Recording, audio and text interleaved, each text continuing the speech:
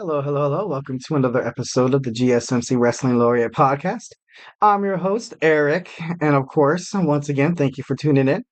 To this podcast brought to you by the GSMC Sports Network. We have a great show for you today. We have a little bit of a review about what happened on SmackDown, segueing into a preview of Monday Night Raw tonight, which is on as we speak. Um, Also, we have a little bit of my personal WrestleMania power rankings, kind of like, things that happened in the past WrestleManias that I felt like shaped the wrestling organization. Completely subjective. Absolutely. Like, obviously, I have a lot of moments from like when I started watching wrestling and didn't give too much respect to the people that, watched during the late 80s and, I apologize. But I'm the host, yo. If you have any problems with it, make sure you just talk to me and shoot me a question. We get a number of questions that come in from the viewers. So to ensure that your question gets read on air, I ask you to use the tips and donations link at the gsmcpodcast.net with your questions. Just put your questions up on top of the list so that I can see it. We can talk about it. You can tell me how dumb I am or how crazy my takes are, but or you could just be like, hey, you know what? I remember that moment, and that really did, like, set in the mind for wrestling fans right there. Good job, Eric. Good job. Right along there, laddie. I don't know why I went to a Scottish accent. If y'all are Scottish out there watching me, I apologize. Um, but anyways, it really helps the show, guys. Leave a positive review. We love peace, love, and positivity at the GSMC Sports Network. So don't be afraid to talk to me. Use the tips or donations link at the gsmcpodcast.net. Once again, that link is the gsmcpodcast.net.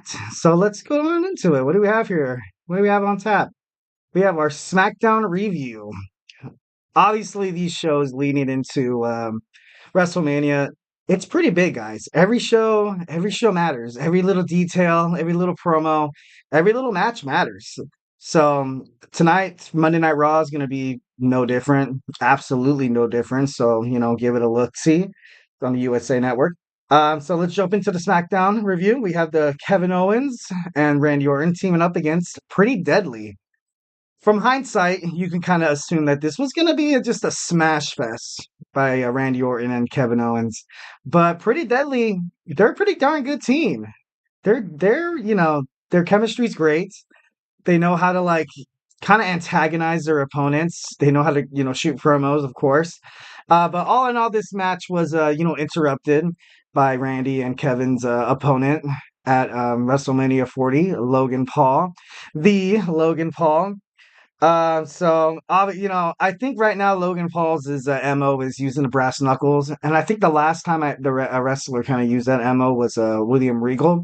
He called it the power of the punch, and then when the referee wasn't looking, he dive into the and bam, and then there goes. That's a 1, 2, 3 right there, and that's how he's able to be effective. And still to this day, everybody remembers William Regal's name, where he's heavily involved in NXT. So you can't really say that he was not like a blemish on the world of wrestling. He left a scar. Um, so Randy chased Paul all the way out into the parking lot where Paul hopped into his car and he drove away. He drove away much like a heel, absolutely playing that heel fest pretty good. He disturbs the match. He causes Kevin and Randy to lose a match that they were highly expected to win. I know I expected them to win. But it's also good to create that kind of scrutiny amongst the tag team partners of Kevin Owens and Randy Orton. Actually, next SmackDown, Randy Orton's going to be a guest on the Kevin Owens show, so I can imagine Logan Paul finding a way to crash that. All right. Next, we're going to talk about Jade Cargill's debut. We talked about this before. I feel like WWE has some pretty big plans for her. Especially that they're booking her into a WrestleMania so fast. And she's gonna be with big name competitors. Like she's gonna be with the Kabuki Warriors. She's gonna be with Asuka, Naomi, and Bianca Belair. They're gonna be in the room in the ring tearing it up. It's gonna be really good. I really hope that match is. I don't know if it's a night two kind of the match, but it wouldn't surprise me if it didn't end up on night two. Speaking that you kind of want to push over Jade because they signed her. She was a really big fish on the free agent market, and WWE Triple H was able to sign her to a contract. Especially, I know a lot of AEW wrestlers kind of feel reluctant to join WWE because for the longest time the product in WWE was to promote their homegrown superstars, and then the outsiders like from ECW, WCW, TNA was kind of like a no-no, and you were kind of like the not the butt of the joke. I don't want to say that because I don't want to devalue but any wrestlers. You were kind of just like that beat up guy. And I know y'all know what I'm talking about, like where like you have somebody big like Braun Strowman coming out and he needs some guy just to beat up and show how strong he is. So why Braun Strowman is just the monster among men. What would happen to Braun Strowman? He's still on the WWE roster, so I don't think he went very far. But I don't know. I hope Jade, she's destined for pretty good things. She signed a contract in ring with the SmackDown general manager Nick Aldis, who's recovering from a bicep surgery. But a storm is coming. I kind of like that. I kind of like that.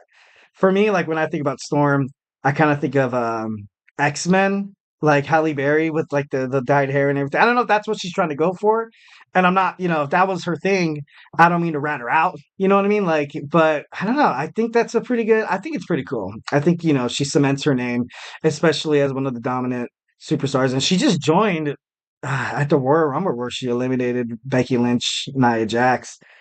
So, big things for her. All right, moving on, we had AJ Styles promo looking for LA Knight. The way they're kind of pitting these guys against each other has been absolutely great.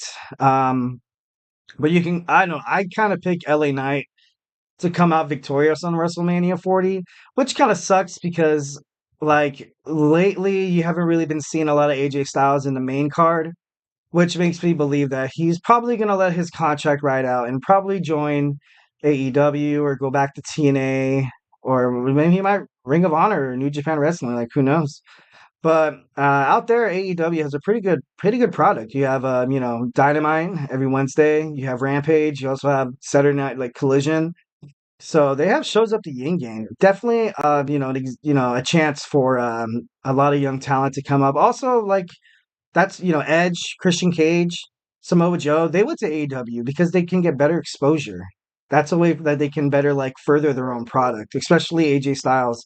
Kind of like getting to the to the season point of his career, but he's still great. He's still phenomenal, guys. Remember that. Also, we had Austin Theory and Grayson Waller defeating the Street Profits. Kind of saw this coming, where on the Titantron it showed Karrion Kross and Scarlett beating up Bobby Lashley and B-Fab. So that was the why how they got the win. And of course, after the match, then the AOP comes in and kind of cements their like 2 cents on the situation. Basically, AOP and the Street Profits have been just feuding for the longest time. I feel like it's been going on for well over a month now, ever since AOP decided to come back. Um, so this is going to be pretty good. I think AOP and Karrion Kross, the Final Testament, will fight Bobby Lashley and the Street Profits at WrestleMania in a triple, like, in a 3-on-3 tag team match, which is going to be pretty good. I don't know if it's, I hope it's not like the pre-show. I don't think that's like pre-show, where I think that's going to be like maybe like night one, maybe match two or something like that. But all these superstars are really like, they're in top tier shape. They're ready to carry the company on their back. The Street Profits, as well as Bobby Lashley, I believe they kind of deserved a push a long time ago. Bobby Lashley for sure. Bobby Lashley has been, more than a soldier in the world of wrestling, especially when it comes to the WWE. He came back to the WWE. He was WWE champion for a little while there, but I think that was a little bit during the pandemic and post-pandemic, where he was kind of like that, kind of like in the NFL where you have that bridge quarterback, kind of like what Sam Darnold's doing right now for the Minnesota Vikings, like where they're trying to like draft and trying to get like some young gun to kind of learn under his wing a little bit, kind of test the ropes a little bit, test his abilities, and just I don't know, under his tutelage. So we'll see what happens. Moving on. Next, we have the LWO confronting Santos Escobar as well as and Humberto Carrillo, Electra Lopez, and then of course the newly acquired from the Legado del Fantasma, um, Dominic Mysterio. Which, oh god, I hate that guy. No, I'm not trying to. I'm not trying to. I'm not trying to. What's the word? I'm not trying to say hate is good. Definitely not hate. Dirty Dom just grinds my gears, I guess we can just say. Because I don't know what's gonna happen after the whole Judgment Day thing is going to go under. I don't know how long his singles wrestling career is gonna last. Especially, after he stabbed his back against his dad. I know pretty soon they're probably gonna want a one-on-one match. I'll put an Eric guarantee that probably SummerSlam you're gonna see Rey Mysterio versus Dom. It's gonna be a rematch, and you're probably gonna see Dom win, just to kind of in hopes that WWE would hope to push him as soon as Rey Mysterio retires. But you have this match going on. The LWO has officially cemented their name in WrestleMania 40, one of the match cards. You're going to have Rey Mysterio and the newest member of the LWO, Dragon Lee, taking on Santos Escobar and Dirty Dom. So this match is going to be pretty good. But what I kind of really wanted to talk about was like you had just so many other outside factors that just have, you also have Garza and Carrillo, and you have Lopez. I hope Lopez takes on Selena Vega. That'd be pretty cool for probably like a pre-show or something like that.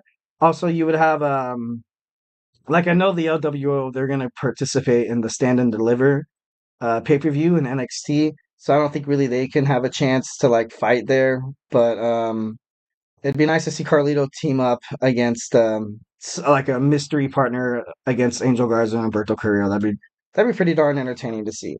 So, anyways, also the new Catch Republic is going to WrestleMania. You have Pete Dunne and Tyler Bates, kind of like the your non-traditional tag teamers, I guess you can say, gonna go to the six-pack ladder match, and it's gonna be big. It's gonna be a good one. So far we have the New Catch Republic, we have the champs Damian Priest and Finn Balor, DIY, the Awesome Truth, New Day, and you also have Theory and Waller. So I don't know. I think it's gonna be a great match. I heard there was speculation stating that they were gonna pull Austin Theory and Grayson Waller for another tag team. I can kind of see this happen because what WWE likes to do, especially during WrestleMania, where you have all these stars come out, you have John Cena coming back, or you have like Goldberg making a weird appearance. Like you'll get you'll need to have these antagonists, kind of like these jerks, kind of like these total heels, these total self-centered, self-absorbed guys. And Grayson Waller and Austin Theory are like that's like the definition of that. Wouldn't it be awesome? Wouldn't it be awesome to see them talking crap about like old wrestlers and stuff like that? And then, for example, like Shawn Michaels comes back or The Undertaker comes back, which is actually, I heard a headline that The Undertaker is training to make one final match. So that'd be interesting. Although the Boneyard match with AJ Styles I think that was his final match. It was pretty good, pretty good. But I don't know. It should be interesting to see that. That's the only reason why I would see Theory and Waller being dragged out of this six-pack ladder match. But you got to respect the process. WWE, they know how to entertain, especially after TKO took over with The Rock, with a little bit knowledge of the Attitude Era and his background in Hollywood movies, kind of behind the screen and off. So you got to, give the keys to Rock. We'll see how he, takes the company. Also, the ending it was pretty good. It was a great way to kind of get Jade Cargill into the mix, so to speak. You had for the longest time, Damage Control has been beating up Bianca and Naomi, and the numbers game was it was too powerful for them when they were getting beat, and all of a sudden, bam, Jade Cargill's hit, and her music hits, and the storm is coming, and she came in and she laid out all three members that were attacking. So should be interesting. You're gonna have a 3-on-3 match among in the women's division. Kind of like I know Naomi's trying to make a comeback. Naomi's trying to make a comeback after her long hiatus. Also, you have Bianca Belair. That's been she it seemed like she hasn't had a title. She lost her title against Io, which they're probably going to build up to perhaps like a rematch with Io. if she keeps the strap. But I'm pretty confident. I think Bailey's gonna win at WrestleMania because I think you can just right now Bailey's heading toward that baby face, so you can probably have maybe. Oh, it'd be interesting to see Bianca maybe jump ship. Maybe she starts to be a heel and she starts to like antagonize like Jade Cargill and like Naomi and stuff like that, and like all because she wants to get even with Bailey. She deserves that. She has that right because of all the times Damage Control just screwed up Bianca. That's the reason why she lost her title. So I know if it was my title, I don't like to hold grudges, and I don't permit the act of holding grudges because in the end it just hurts yourself. But like if I was a champion, no, I'm just kidding. I would want to get revenge against someone who destroyed my title run, and it's the WWE. You don't get a lot of shots. You don't get a lot of shots when it comes to WWE. So in that, I think right now they're doing it pretty well. But I don't know, it's gonna be pretty cool to see those six superstars in the ring at once. So in that. Um, all right, moving on. This is a little sneak peek into our next. We have our WWE Raw preview. It's going to be a pretty good one. It's going to be taking place at the Barclays Center, a historic and legendary venue for WWE. So I expect nothing but the less of something great, something crazy. The Rock and Roman Reigns are supposed to be there. So I don't know. Maybe something already happened, but I don't know. Let's get into it. I feel like I'm losing my mind. Is everybody in the world blind? Please, Lord, give me a sign, a sign. I feel like I'm losing my mind. Is everybody in the world blind? Please, Lord, give me a sign, a sign. I wanna be the greatest. Everybody on the fake shit. I look around and feel like everybody is the fakest. I make this every day and I'm impatient, hoping one day I blow up from the basement. Statement, the top is so vacant. I don't hear shit that I think is amazing. Waiting for my day when I'm playing sold out shows for 1,000 faces. Hey, give me that crown, get in my way and to be put down. It ain't your place, all this my town. If I want that shit, then I'll get it right now. I'm losing it, the noose it fits. I'm losing shit, a stupid myth. You choose to live or choose to dip. You choose to fight or lose your grip and lose a gift. I feel like I'm losing my mind. Is everybody in the world blind? Please, Lord, give me a sign, a sign. I feel like I'm losing my mind. Is everybody in the world blind? Hello. Welcome back to the GSMC Wrestling Podcast, brought to you by the GSMC Sports Network. We just got done talking about our SmackDown review. It was a pretty darn good one. Jade Cargill's debut. Also, a lot of WrestleMania implications. Next, we have to look forward to is WWE Raw, which is taking place tonight at the Barclays Center in Brooklyn, New York. So, but before we get into that, of course, we get a number of questions from our viewers that come in during the show.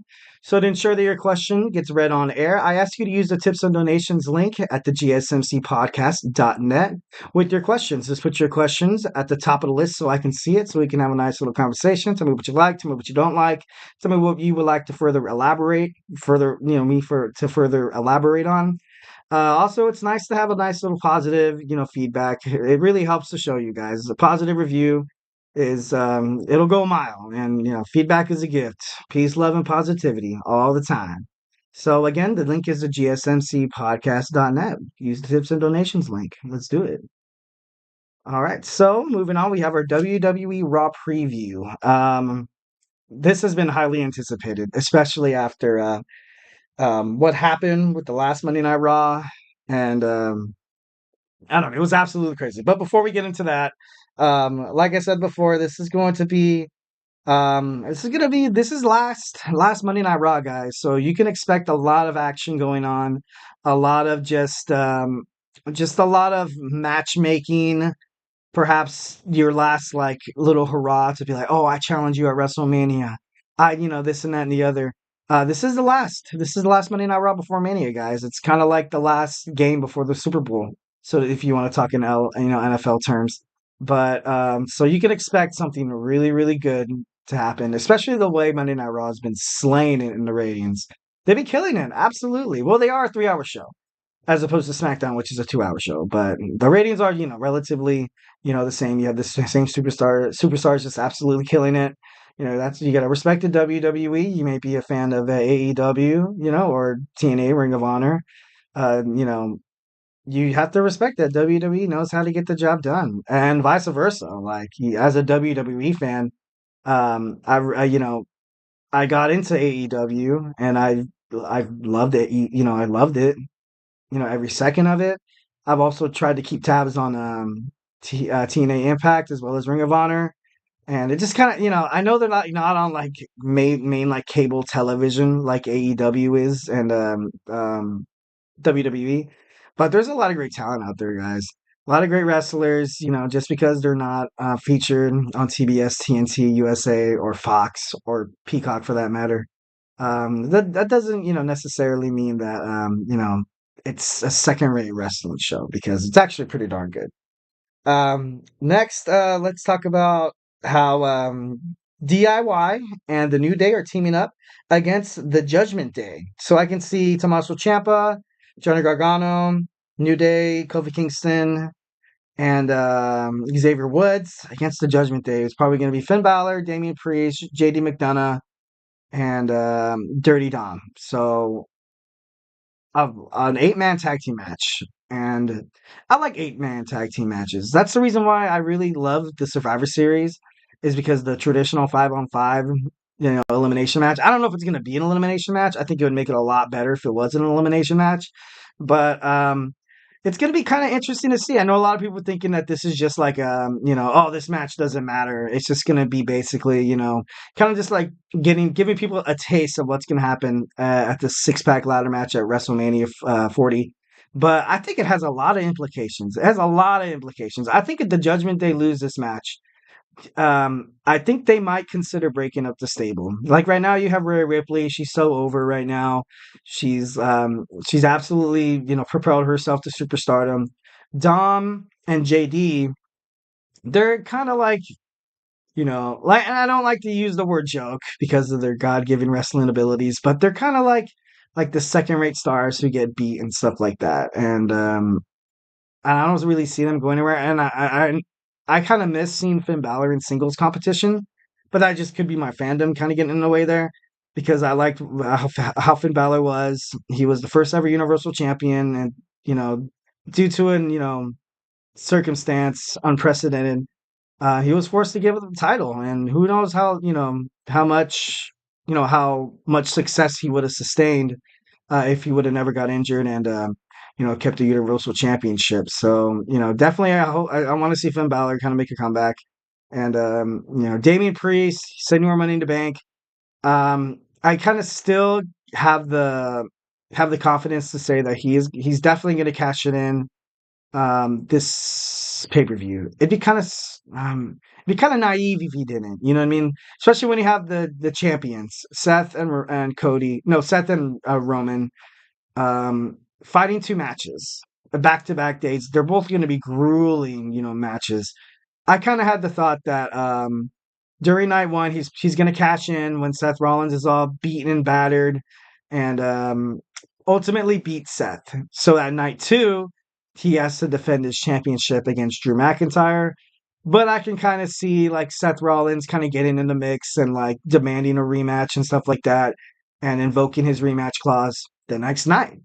So, having like that triple threat match between Drew, Seth, and Damian, I think that would be pretty cool, and I would ultimately see probably Drew McIntyre picking up the W. And I'm not like trying to I'm not trying to dump on Damian Priest because I think he's a good talent. I think he's definitely a great wrestler and superstar. I liked him as soon as he came out of NXT, but to be honest, I don't think you can build that many promos or that many matches around him. You know what I mean? Like right now, a lot of people just see Damian Priest as like not. He's a little more than a mid Carter. If he would cash his Money in the Bank in the Intercontinental Champion Gunther and hold the Intercontinental Championship for quite a while, I wouldn't be surprised to see that. Absolutely not. I would, I'd be like, okay, I can see Damian Priest represent the Intercontinental division more than he would the WWE or World's Heavyweights. And I'm not trying to be a hater, but let's just face it. Like, you have, Roman Reigns, you have Cody, you have AJ Styles, you have all these main, like, complete, like, heavyweights who are ready to kind of fight matches that aren't with Roman. Kind of matches that are, because a match with Roman is basically like kind of condemning you to a loss already. Because he had the bloodline, he still has the bloodline. He still has Jimmy and Solo and the Wise Man, and now he has The Rock. So right now, that winning the WWE Championship in Roman's possession seems Universal Championship in Roman's possession seems just like a lost cause, and it seems like it's not going to happen. But if Cody wins the championship, I can see Cody kind of, facilitating that division a lot better, kind of giving people, like, I'm not going to say he's going to lose the championship right away. He'll probably hold it, but not as long as Roman Reigns. But I could be wrong. So anyways, next match, we have Ivy Nile and Maxine Dupree against Candice LeRae and Indy Hartwell. It should be interesting to see how Candice kind of forgoes this match, thinking that she's been on a complete rampage lately, that she's been just attacking me. Even her partner Indy's like, what the heck's wrong with this girl? Like, dude, like, what's up? So obviously Candice LeRae is sick and tired of being like this baby face and from NXT. I think she's, going for the jugular and trying to, promote her brand a little more, which is good. But doing that, you kind of open yourself up to criticisms, and you also kind of, if you want to put your hat in the ring of the heels, go ahead, but you got to back it up. If you think about a lot of the heels you see back in the WWE, back in history, or even current, these are girls or men in the men's division that can back up their stuff. The reason why they're such jerks, the reason why they're self-centered, and the reason why they talk down to others is because they know that no one could beat them. They know that they're just untouchable and that they're good at what they do. And that's why Roman is such a great champion. That's why I feel like Seth Rollins had been doing the job pretty well. That's why Brock Lesnar was pretty good at when he was champion. That's why they tailor made a lot of promos and a lot of like main events and pay-per-views around them, because you have that confidence. And I think the WWE universe and just wrestling fans in general can kind of see that. So it's interesting to see what they do with Candice's character tonight, but who knows? And so just a little, reminder that the first hour of Monday Night Raw is going to be commercial free, which is actually pretty cool. Also, you have Sami Zayn against Bronson Reed. Sami Zayn looking to get his revenge on Bronson Reed after he was distracted by Gunther, and he's trying to build up that last little smidge of momentum heading into WrestleMania 40. But the ring general, man, like Gunther, it's not going to be an easy fight, and honestly, I like Sami Zayn, but I kind of want to see Gunther, retain. I'm not trying to ruin anybody's day or night, but I don't know. I just would, Sammy over Gunther. We shall see. We shall see. Also, so save this for last, of course. Last Monday Night Raw, Cody Rhodes was beaten to a bloody pulp by The Rock. The Rock has the final boss. The final boss has kind of made it clear to Cody that he is not going to beat Roman Reigns at WrestleMania, let alone the tag team match that they're going to have together. He had the blood and he was smearing it all over the belt. Like, he kept saying Mama Rhodes, and it was gruesome. It was a little aggressive, to be honest. I kind of watched it and I was like, I'm not happy because I'm not like weird like that. But I know you kind of see that and you're like, oh my God, like this is new age wrestling. Like, why is The Rock doing this? Why is The Rock hurting Cody so bad? Like, dude, it's just a match, man. But I don't know. I think since this is the last Monday Night Raw and it's gonna be the last episode of SmackDown, I think Cody needs to respond back. Cody needs to do something crazy. He needs to attack The Rock, or I know The Rock and Roman are going to be together tonight. And it's kind of had the past couple of shows have kind of went back and forth like a ping pong table match. Like, okay, it looks like Cody gets the upper hand. Oh no, it looks like the Bloodline has the upper hand. And on that balance beam of WrestleMania fortitude, you kind of need you kind of need Cody to kind of do something here. You need some you need to make him The Rock, meaning him. You need to make him seem human. Like right now, The Rock is this physical specimen. Right now, The Rock hasn't been attacked or kind of hasn't been shown his vulnerabilities since returning back to the WWE, and just in general, The Rock's character. A lot of people don't see him getting like beaten up to a bloody pulp or being attacked, and people like, damn, The Rock just got smacked. Like you don't see The Rock in a lot of those, promos or a lot of those matches. But if Cody could do something to kind of make The Rock kind of feel human, kind of bringing him back down to earth here, I think that would do wonders for the WrestleMania Night 1 match and Night 2. So, with that was my opinion about that. So, all right. Don't go anywhere. We have segment 3 coming up where I rank in my, it's subjective of, it's my total opinion. It's how I think a lot of these WrestleMania moments shaped up the wrestling product we have today. So, yeah, don't go anywhere. Looking for your daily fix of sports talk without having to pay for it? GSMC Sports Network is available on YouTube. Just search GSMC Sports Network. Get your fix of daily sports talk shows on YouTube, absolutely free. NFL, college football, NBA, MLB, MMA, UFC, fantasy football, and so much more. GSMC Sports Network has shows running all day long, with new sports shows starting every 2 hours. Just like on your favorite cable sports channel, except GSMC Sports Network is absolutely free. Just search GSMC Sports Network on YouTube to catch one of your new favorite shows, like the GSMC College Football Podcast, Chip Shot Football Podcast, Hoops and Heels Women's Sports Podcast, GSMC Basketball Podcast, and so many more. Check it out for yourself. GSMC Sports Network, now available on YouTube absolutely free. Search GSMC Sports Network on YouTube right now.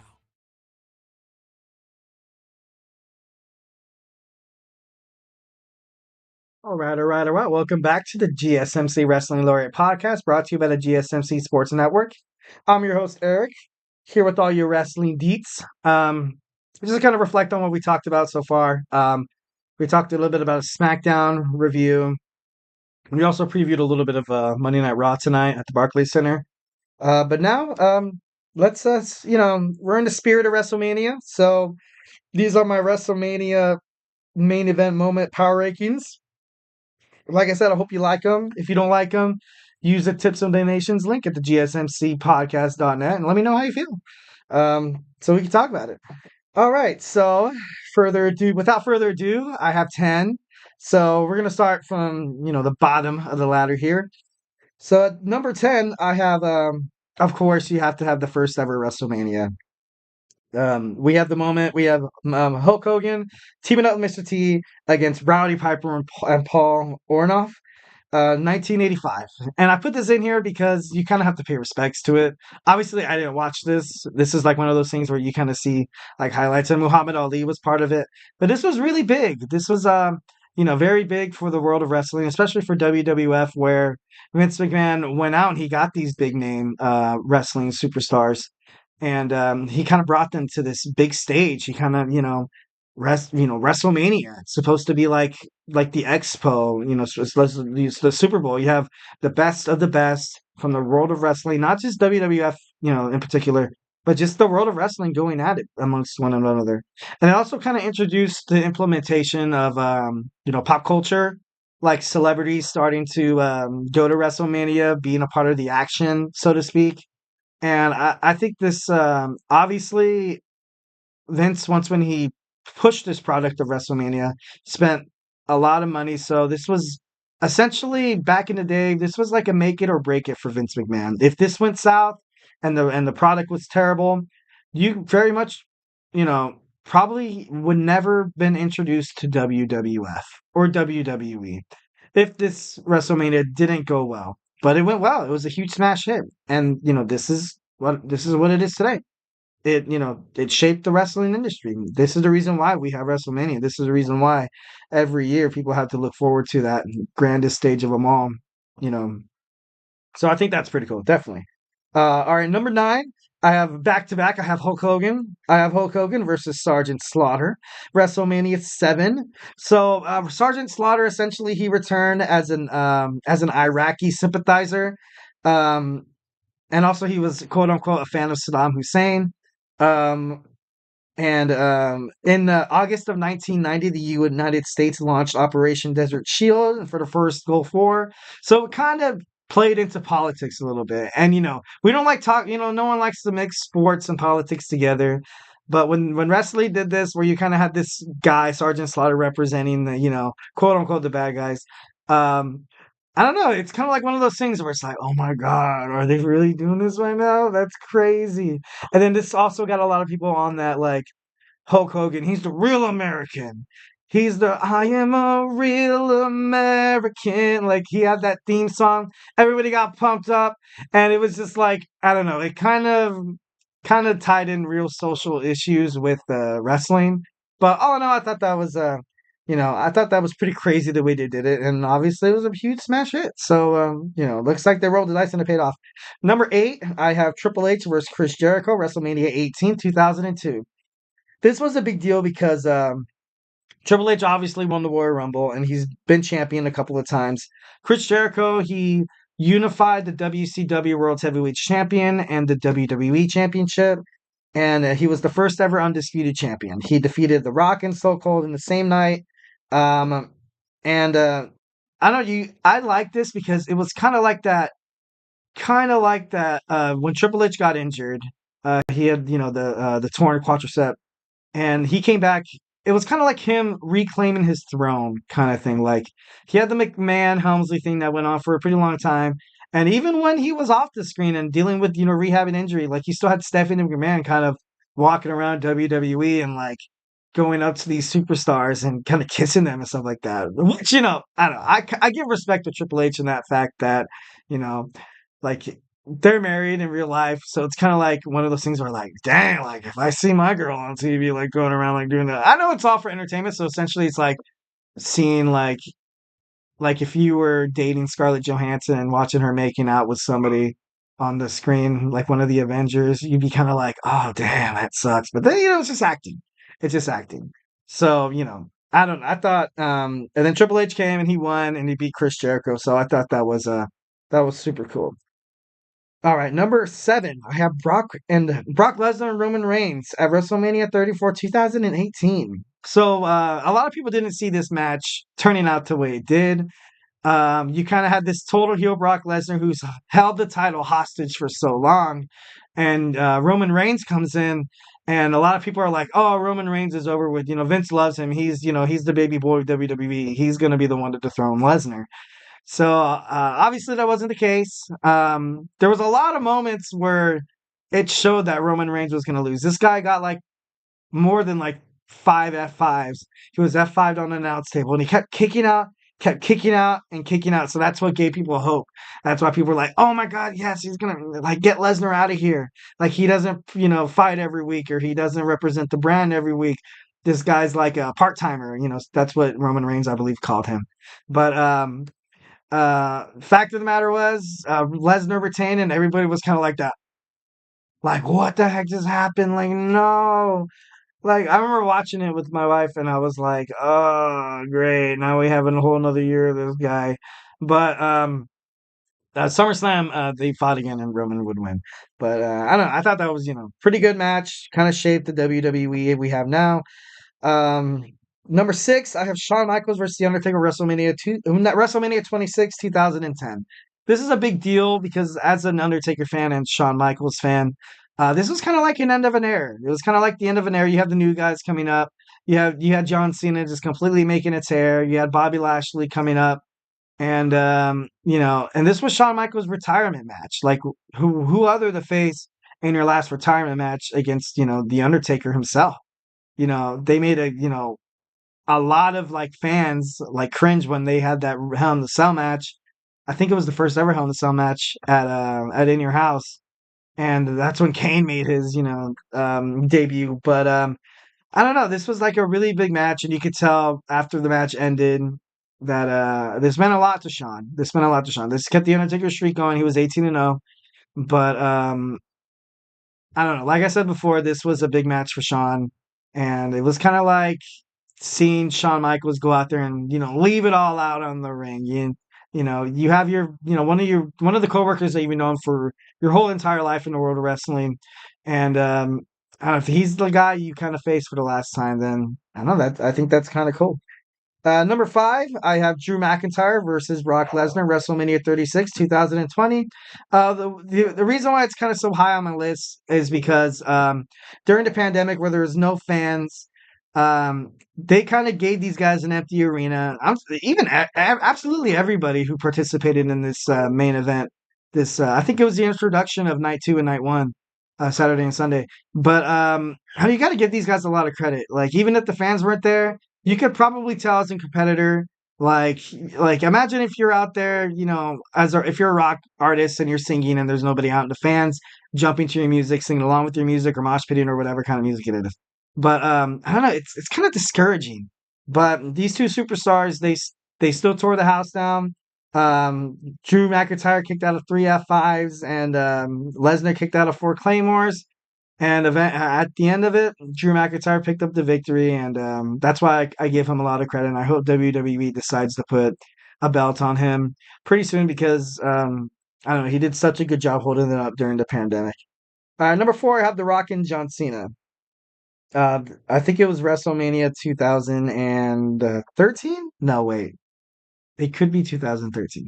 Anyways, so this is such a big deal in the wrestling world is because you have these two iconic superstars in John Cena and The Rock, and you don't really hate any of them. You don't really root against. You don't really want one of them to lose. Like you'll be like, "Let's go Cena," and all of a sudden be like, "Oh, stop!" But the Rock's on the other side. Let's go Rock, and then you're kind of stuck in this back and forth like battle within yourself of who you really want to root for. So I think that they did really good in that. It was, I believe it was the final match between the two, where at the end of the match they kind of held each other's hands up, and it was kind of like we did it all for the fans, and everybody loved it, and everybody into the project.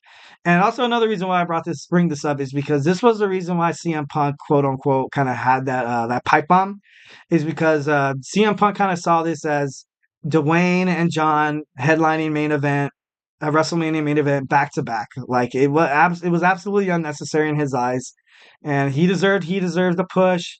And prior to that, he lost the belt to The Rock at the Royal Rumble when The Rock returned, and that kind of didn't really set well with CM Punk. And you could tell that like really bothered him, and you can see like from the fans the reason why they were like, oh my god, like CM Punk deserves a shot, and he really did deserve the shot. Honestly, I think WWE really dropped the ball when they gave CM Punk kind of like that cold shoulder, kind of like that, like, hey, you're not good enough to hold up the company like Dwayne is or like John Cena is. So we're just gonna go ahead and give you a pass on that one. So I think that's the reason why CM Punk was so pissed off, and definitely attributed to how the wrestling world is today. Number 3, you got to mention this one. You have Becky Lynch versus Ronda Rousey versus Charlotte Flair, WrestleMania 35. This was such a good. It was none other than a good match, but they did the promos super well. You have the 3 women main eventing WrestleMania, and that in itself is absolutely awesome. You had women's wrestling that was kind of under the bar for the longest time, and they're not really on the main event kind of map. And you had these 3 superstars working their asses off, definitely playing the game of WWE and just showcasing their skills. And they did a damn good job. And you got to tip their hat to them. And that match kind of was another reason why Becky Lynch kind of is the superstar she is today. Like, I know when I saw that triple threat match card, I was like, oh, okay, you have the UFC fighter, you have Ronda, who's been killing everybody, man. She's been throwing people around like rag dolls. And then you had Charlotte Flair, future Hall of Famer, always wins, always has the belt, always seems like she's, kind of like the quote unquote, like the cereal box. Like she's going to be on the cereal box, some Cheerios or Wheaties or something like that, representing the WWE.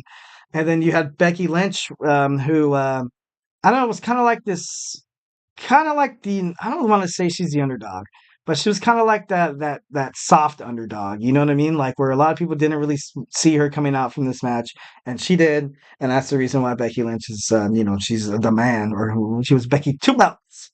So I thought that was pretty cool. Number two, I have WrestleMania 2000. One of the reasons why this is so high on my list is because I remember watching this one growing up, and I also remember playing a video game on my Nintendo 64, which is arguably probably one of the best wrestling games of all time. Absolutely. And then you had WWF No Mercy follow, and a couple of SmackDown Bring the Pain with Brock Lesnar on it. But we're not here to talk about video games, although video games are awesome. But anyways, so yeah, Triple H, McMahon, Helmsley era. He was with Stephanie. And then you had The Big Show, who was kind of promoted by Shane McMahon. And he also had The Rock, who was kind of like a Vince's guy to kind of dethrone all this just foolishness of the kids going at it. You have Triple H that was constantly cheating to win. You don't want a guy like that representing the company, so you have The Rock. And you had Linda McMahon kind of throw her hat in the ring as well and kind of bring back Mick Foley after he was constantly like just beat on by Triple H at the Royal Rumble, No Way Out, where he went through personas like Cactus Jack and stuff like that. Like it was crazy. So essentially, he had a McMahon in every corner. So that really kind of impacted the wrestling world, is because you kind of had the chairman there kind of become a product of his own invention, if that makes any sense, because you had the four family members being broadcasted on cable television, as they were fighting each other, my superstar is better than you and stuff like that. And I don't know, I thought it was super cool to how they came out there and kind of implemented that, keep it on the regular basis that at any time Vince McMahon can come in and challenge anybody, or he can team up with Marcel Show and all that other good stuff. Number one, the only reason why I kind of have this number one is because it was such a huge moment, and I can kind of see this happening at WrestleMania 40 this Sunday. Is I have Bret Hart defeating Yokozuna at WrestleMania 10, 1994. They both fought 2 matches that night. You had Bret fighting his brother Owen. Owen got the best of him and finally was able to, beat his brother. But then you had that tie at the Royal Rumble between Bret Hart and Lex Luger, and Yokozuna defeated Lex Luger beforehand, and then he fought Bret Hart. And then the reason why I think this is such an iconic wrestling moment is because Yokozuna was just dominant. He was absolutely dominant. No one could touch him. No one could beat him. Kind of like Roman Reigns is right now. And Bret Hart came out, a grueling match with his brother before, came out, and he was able to dethrone Yokozuna and just free up that hostage WWE Championship and bring it back to kind of WWE's roster. And you saw people come out. You saw like Razor Ramon come out. You saw Randy Savage come out. They put Bret Hart on their shoulders, and they congratulated him like, "Hey, good job, man! Thank you so much. Thank you so much for bringing the title back. Bringing the title from Yokozuna and kind of giving us all a chance to fight." You know what I mean? And I think that was super cool. And I can see like Cody Rhodes beating Roman Reigns, and everybody comes out, congratulates Cody, and then kind of having this nice little celebration in the ring that we brought the title back down to earth. So yeah, those were my WrestleMania main events power rankings. I hope you liked them, mate. If you didn't, give tips and donations link at the gsmcpodcast.net so we could talk about them. All right, so now for my fourth and final segment, we're going to talk about, it's going to be a little dorky, it's going to be about Easter. It's going to be about WWE Easter dinner. So essentially, I'm going to talk about, it was so weird. We'll get into it, when it starts. Don't go anywhere.